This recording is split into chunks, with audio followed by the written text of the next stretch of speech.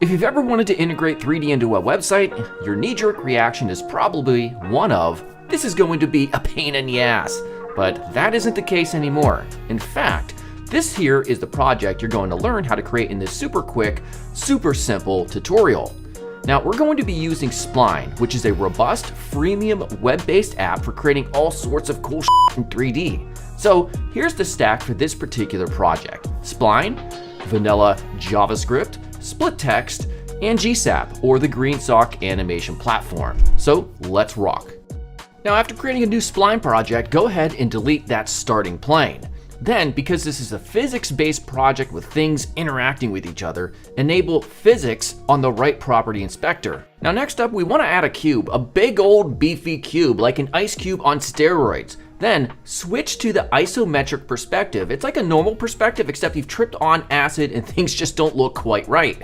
Go on and add a much smaller cube. Now, when you click play, nothing happens and your life is worthless. Now, let's fix this by selecting the small cube and enabling dynamic under body type. Now, click play, and now it just got real. Now, go ahead and give those cubes some color, like a nice light blue, and then hit Ctrl D to duplicate these suckers, grab a bunch of them, duplicate them some more, randomly rotate them, and adjust the gravity parameter to make them fall at different speeds. Look at that, freaking awesome. Although, did you notice that one lonely cube that fell to its death? So sad.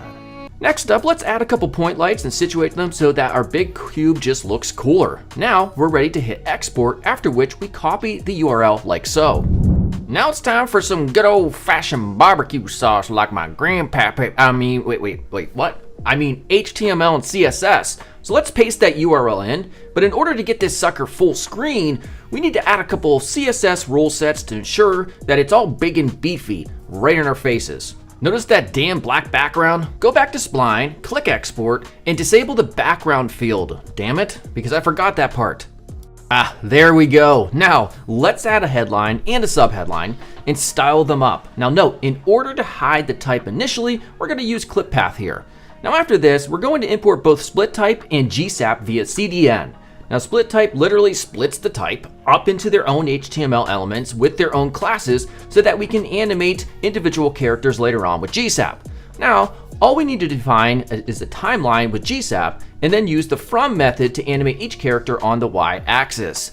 We can also chain multiple from methods together to create more complex animation sequences. And trust me, this way is a million times better than doing this all in CSS alone.